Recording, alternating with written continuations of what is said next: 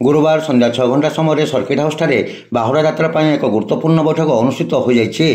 देवतर निर्वाही अधिकारी तथा उपजिलापाल प्रवीण कुमार बाणुआ आवागत्वर बैठक अनुष्ठित होता। बाहुड़ा यात्रा दिन संध्या पूर्व रथ टाणी प्रस्ताव गृहीत होता।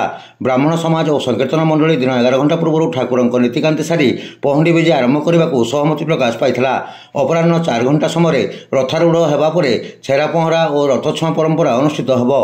अपराह 5 घंटा समय रथ टଣା आरंभ कर बैठक में निष्पत्ति ग्रहण कर। आज बैठक में अतिरिक्त जिलापाल अनिरुद्ध प्रधान, जिला परिषद मुख्य उन्नयन अधिकारी तथा निर्वाही अधिकारी प्रभाष चंद्र दंडसना, एनएससी अध्यक्ष मृत्युंजय मिश्र, जिला क्रीड़ा अधिकारी सुदामचरण स्वाई, आदर्श थाना अधिकारी रंजित कुमार मुनि, अतिरिक्त तहसिलदार कुमुद चंद्र दलबेहरा प्रमुख उपस्थित रही।